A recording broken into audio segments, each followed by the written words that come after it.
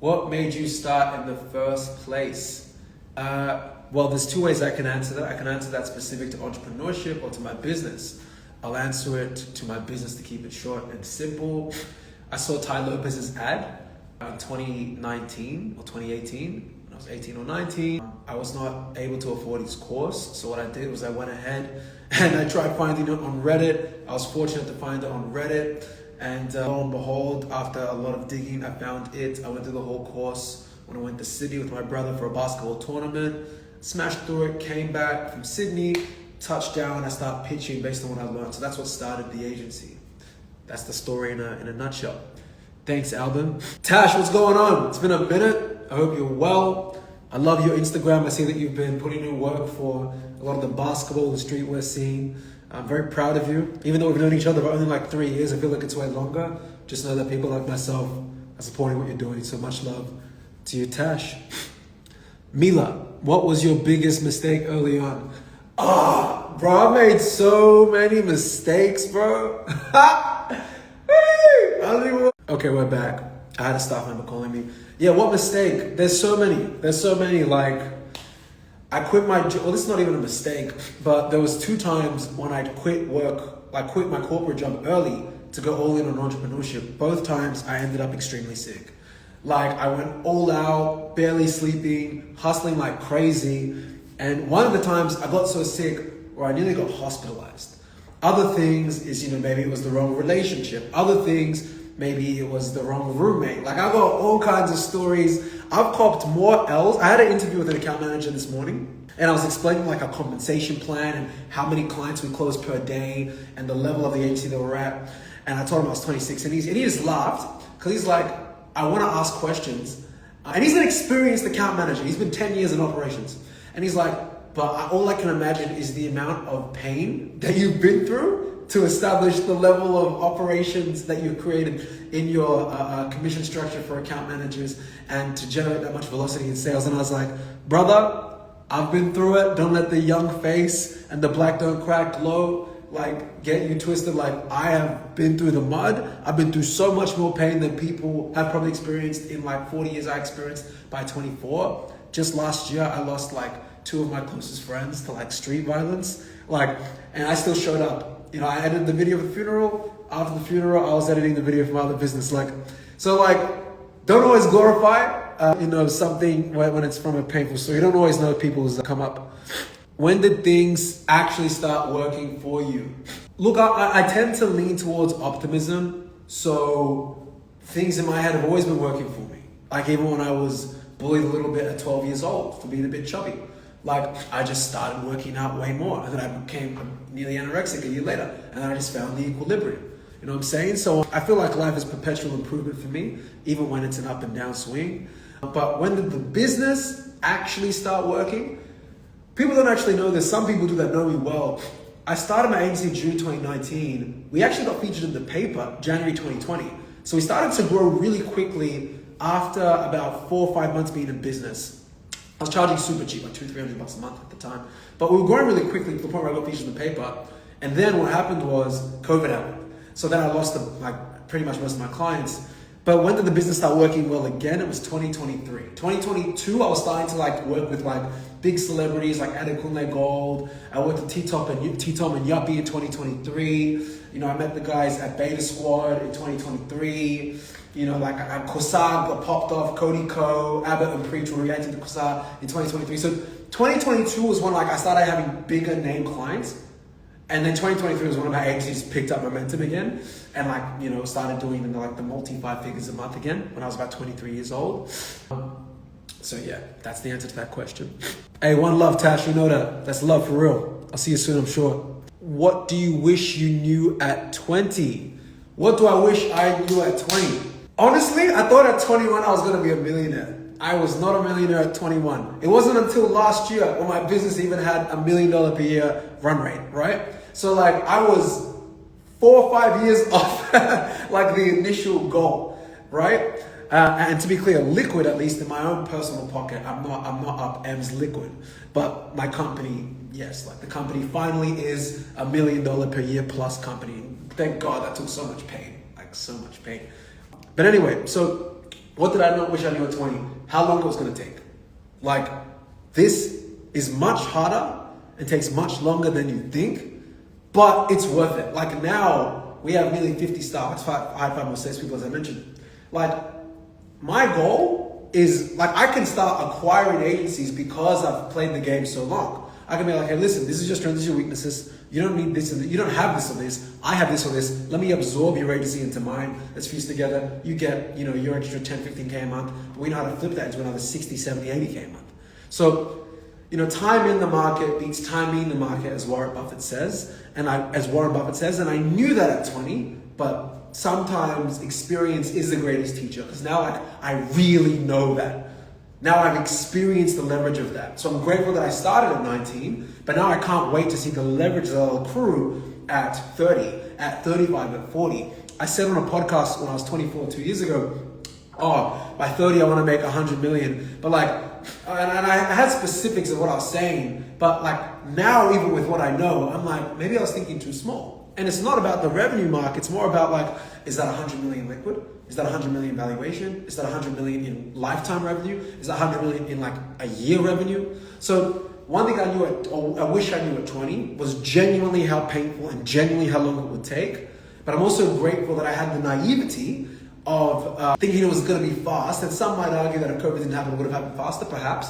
But that naivety was what led to the energy and the consistency, because you keep thinking it's just around the corner. It's just 2 months away. I'm 5 weeks away from my first 10K month or whatever.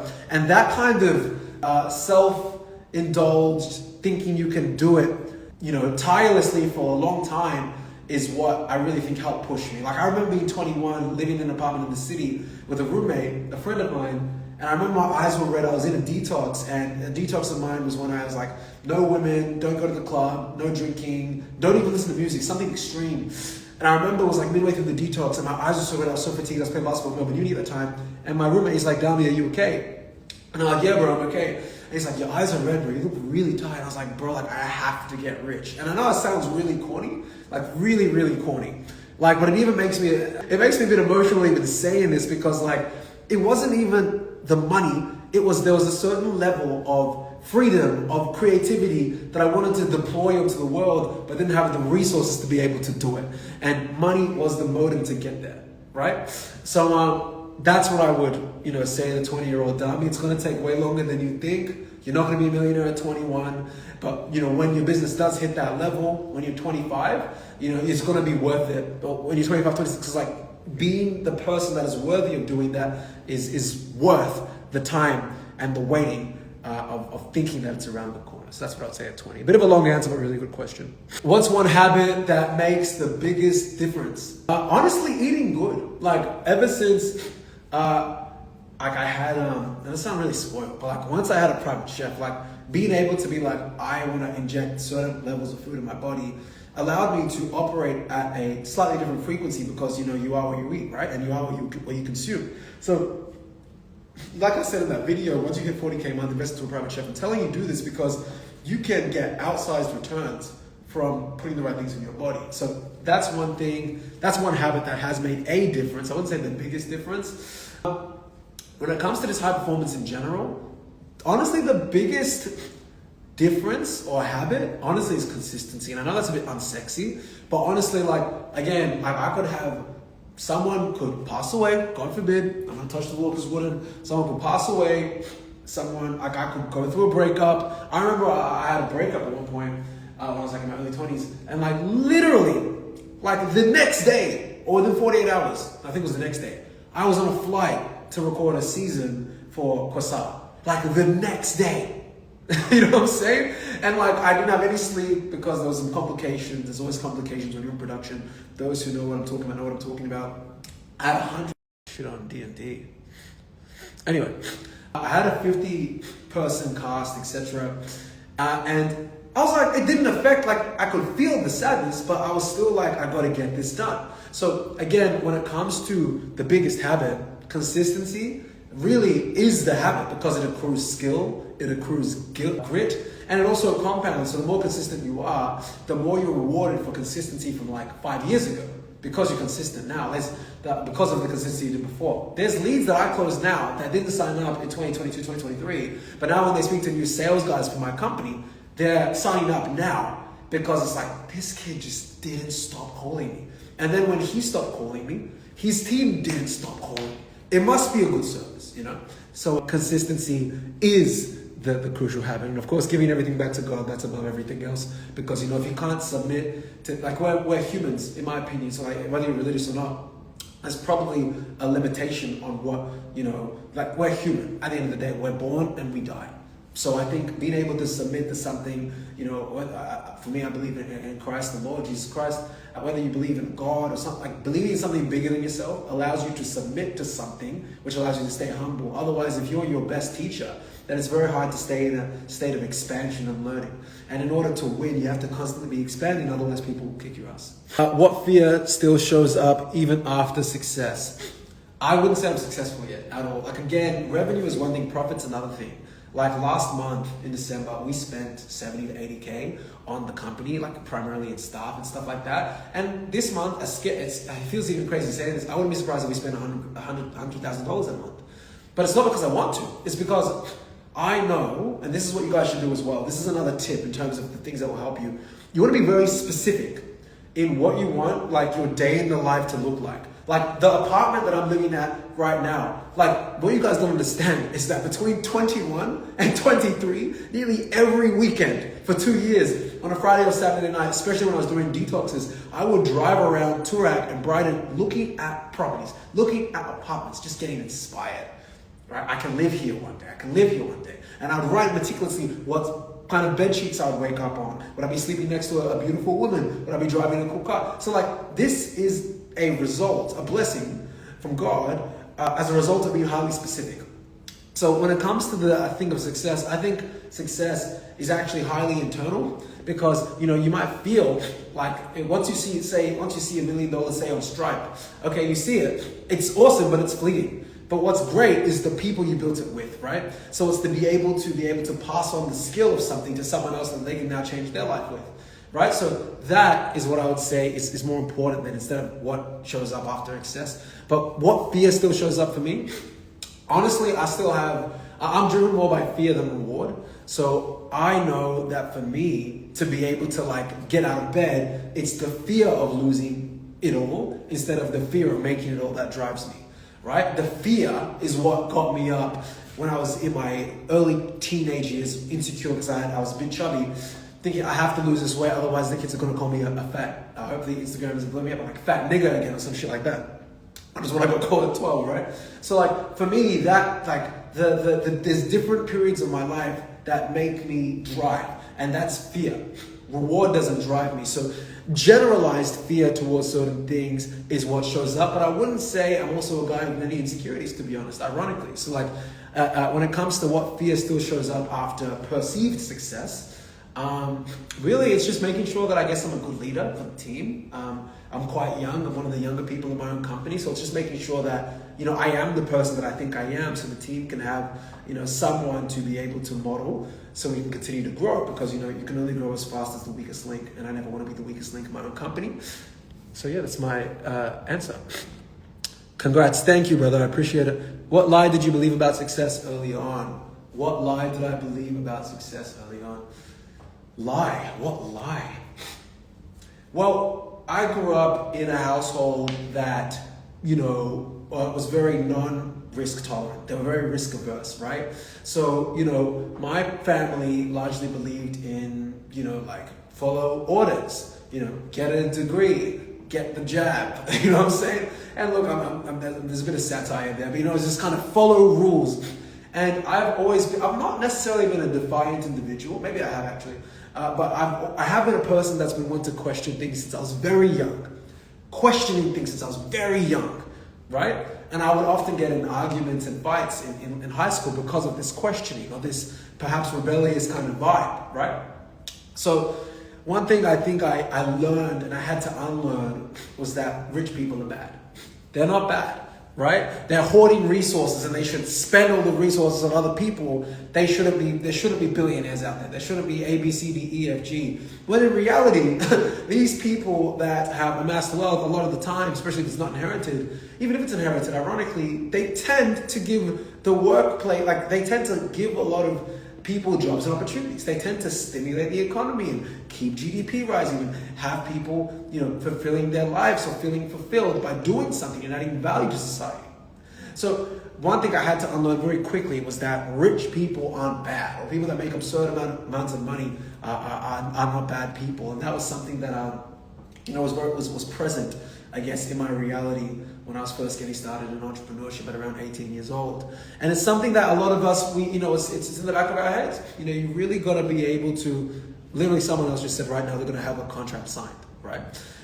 So again, just proving the point, is we really do this, right? But yeah, it's the ability to understand that it's a vibration, it's a reality that is unfamiliar. So we tend to demonize what's unfamiliar, right? That's why to a large extent racism exists. Right? Like this person looks very different from me.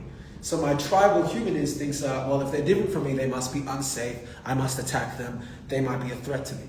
But if it's familiar, then all of a sudden it's like, oh, I understand the intricacies of how this works. It's much like, rich people. Like at this point, I'm legitimately, last year I was legitimately spending a lot of, in 2025, partying with, which is even crazy to say, like multi-nine-figure guys and billionaires. And again, there wasn't an intimidation of such, and of course I respect what they've done. It was more like they see themselves, perhaps even if it's a small amount, in me, because they're in their 50s, 60s or whatever, and there's kind of like an early vibrational signal perhaps that I'm sending to them that allows me to access their reality for that night, right?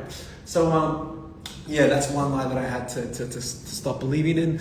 Do you feel more free or more trapped by success? Again, I think it's perceived success is the right terminology because, again, I put a lot of money back into my company. But to answer that question, I think it's both. I feel free in the sense, like, technically, and this is even cool to say, technically, I'm at a stage where if I was to leave for a week, my company would still grow. Not just flatline, it would still grow. Right? Which is cool. But I also know that in order for me to maintain a certain level of profitability and be able to attract a certain type of talent and close certain levels of deals, not just like 6, 7 and low 8-figure clients, but 9-figure clients or companies that are listed on exchanges or companies that have groups, I'm probably still going to need to be involved in the deal. So does that make me feel trapped? Perhaps. But for me, it really excites me to keep ascending my character and my abilities rather than feeling trapped. Because you can feel trapped in either way. You can be trapped by poverty, you can be trapped by wealth, you can be trapped by freedom, you can be trapped by perceived options, but you can also be trapped by having few options. That's why even if you look at the dating market, a big reason why Gen Z, 33 or 32% of males haven't had sex in the last 12 months or are virgins. And, many, many women are at the highest level of depression in multiple years. In multiple decades, a lot of that is because of perceived choice. I can get a better man, I can get a better girlfriend. And excess choice also can lead to feeling trapped because humans weren't designed to have excess choice, right? But anyway, that's a different conversation. I feel both more free and more trapped. Which failure shaped you more than any win? A failure that shaped you more than any win. There's been so many, man. Like, there's so many failures. Again, I use the example of both at 21 and 22, I quit jobs twice in order to re-pursue running the agency. I failed both times. One of the times, if not the second time, no, the first time rather, I was nearly hospitalized, right? Again, I had a 39-degree fever. And for those of you that are science and health nerds, once you kind of get into the early 40s, like basically you're dead, like for real. And I did that self-induced, no drugs, no alcohol, just pure sleep deprivation to push myself to the max, right? But I had to learn from that. So that was a failure that, I had to ask my parents for rent money for that month. Hey, mom and dad, can you please help? And they were really, it was a bit embarrassing, So many things, guys. Like I said, I think I've genuinely had more failures than most people by this age. That is why I'm able to grow certain things at a level and speed faster than perhaps some others because of the level of patterns that I've seen and what leads to a failure. So that's one failure. And yes, that led to a win because, when I ended up nearly getting hospitalized, I ended up working for a tech company where I had to master cold calling. And that was a slight fear of mine at the time, despite the success I had pre-COVID, right? Because I was more good at face-to-face, like walking up to a restaurant, pitching as the owner, yada, yada, yada. But I wasn't as good of a cold caller. But now, 5 years since that job, damn, nearly 5 years, I'm getting old. 5 years since that certain corporate company I was working for, 4.5, 5 years. Now, I've got a head of sales that I was able to initially, before he became head of sales, model me for cold calling and sales. And now under him, there's an appointment setting team leader. And then appointment setting team leader, we have regional salespeople under. So we have a salesperson that handles Perth for our certain divisions, and one that handles Victoria. So there's a whole structure of about 12 to 15 salespeople, which is a big blessing from God, right? But that was all because I was forced through that loss to turn it into